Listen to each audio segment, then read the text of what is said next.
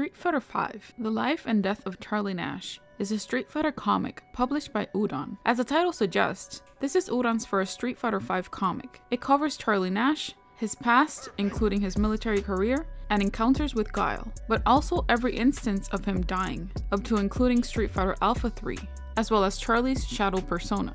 But what happens in this story? A brief summary of the story of Charlie based on the interpretation of the Udon comics. Without further ado, let me welcome you to the Fighterverse.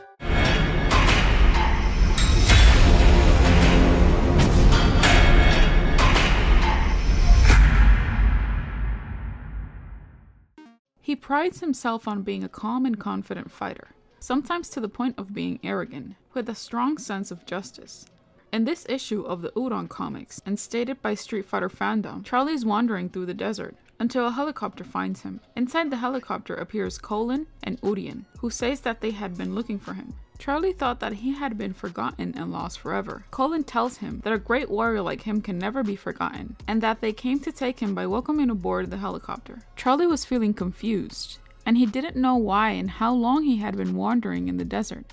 Colin tells him that she could help him if he lets her. Charlie agrees to it, and she begins to go over his entire life, leading up to when they find him. He was first recruited into the US Marine Corps when he was 18 years old. He was said to be really intelligent and really strong for someone his age, and even outperform his superiors. He was also given the job to be a strategy consultant for an operation in Afghanistan called Operation Eye Eagle.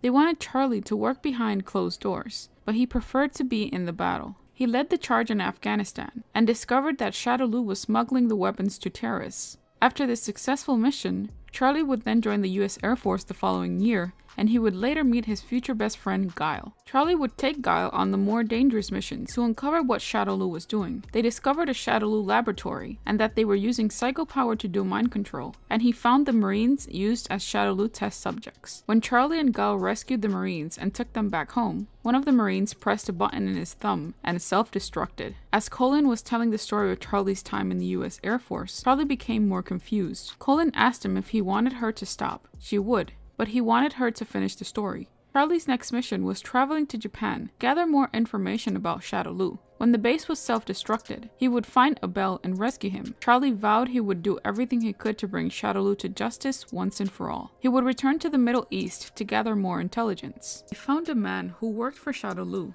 and interrogated him until he revealed the base in Thailand. The base turned out to be the central headquarters, and it was a training ground for the female assassin known as the Dolls. Charlie witnessed Cammy killing the detective who was later revealed to be Chun-Li's father. Charlie himself would be captured by M. Bison. Though the government presumed him to be dead, he was actually another subject to Bison's brainwashing experiment, which would turn him into Agent Shadow. While under the control of Bison, Charlie would carry out assassinations for him.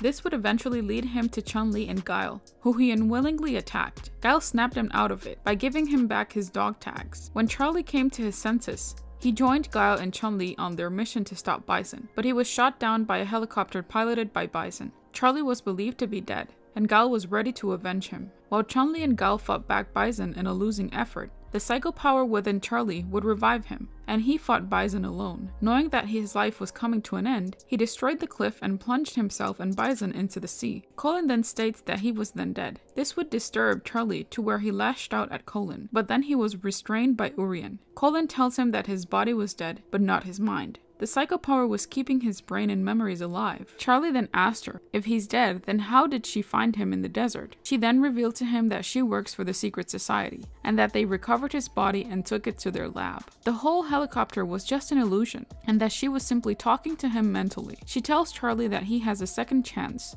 if he gives them his commitment.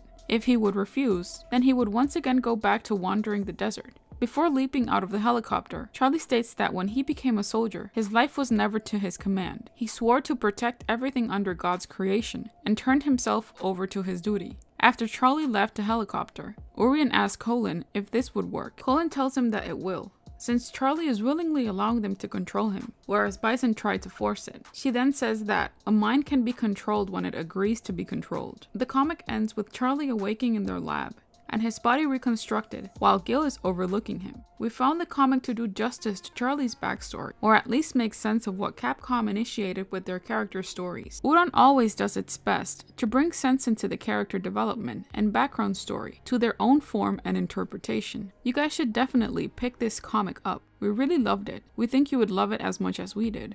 Let's start today's episode with the most known version of M. Bison and his basic version. M. Bison is an archetypal villain motivated by his own self-serving interests and lust for absolute power through world domination. He is a psychopathic dictator and terrorist who seeks to rule the world with an iron fist while also being universally regarded as the greatest and most powerful martial artist of all time, and will readily destroy anything or anyone who dares to stand between him and his shady goals. Possessing a vast ego and a god complex, Bison is physically incapable of feeling empathy for others, and even takes pleasure in watching people suffer at his hands, never feeling a shed of regret or remorse for the numerous atrocities that he has committed. In many ways, Bison's characterization is comparable to the clinical diagnosis of a real-life psychopath or sociopath. Bison's malevolence and sadism are reflected in his iconic smile, a very wide grin that exposes not just all of the teeth but even the gums as well. He occasionally refers to himself in the third person, possibly to emphasize his own sense of self-importance, and displays a twisted sense of humor,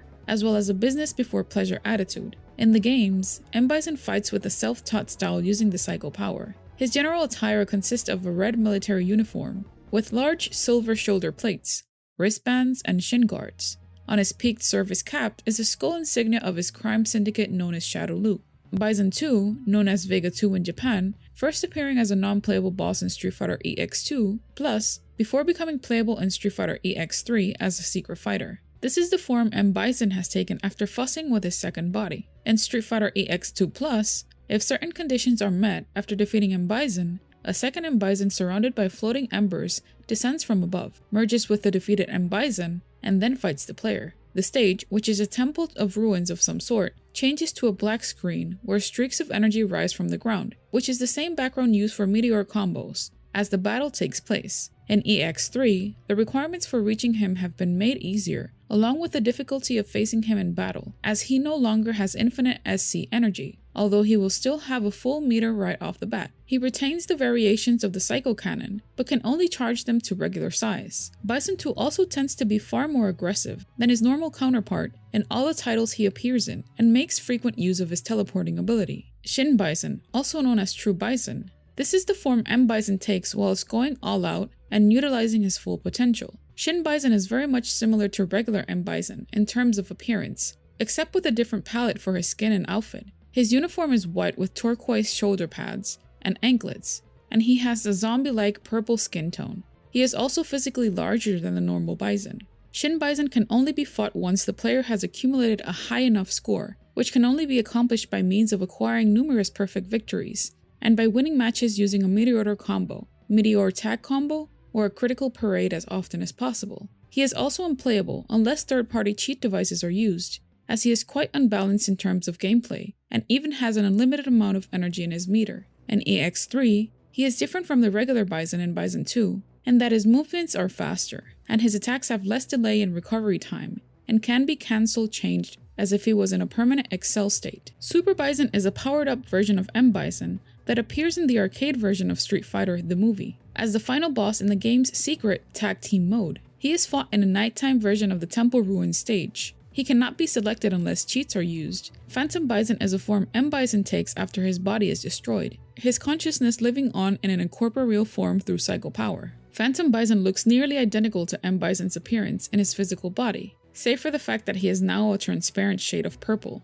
Phantom Bison appears in the beginning of A Shadow Falls, in the form of an illusion fought by Nash upon reawakening. He uses a near-identical moveset to his playable counterpart. His Street Fighter V profile states that at the end of the story mode, after Bison's body was destroyed by Ryu, his consciousness remained, turning to an incorporeal form. Phantom Bison appears in Ed's character story. After the events of A Shadow Falls, Phantom Bison appears and haunts Ed, trying to take over his body. Ed fights the spirit and is victorious. It is unknown what happened to Phantom Bison afterwards. Phantom Bison also appeared as an opponent in Falk's character story. So what did you like about Charlie Nash's story? Let us know in the comments section down below. Don't forget to subscribe and hit that notification bell to stay up to date on new theories and info. Thank you for watching. This has been your Street Fighter host. Welcome to the center stage.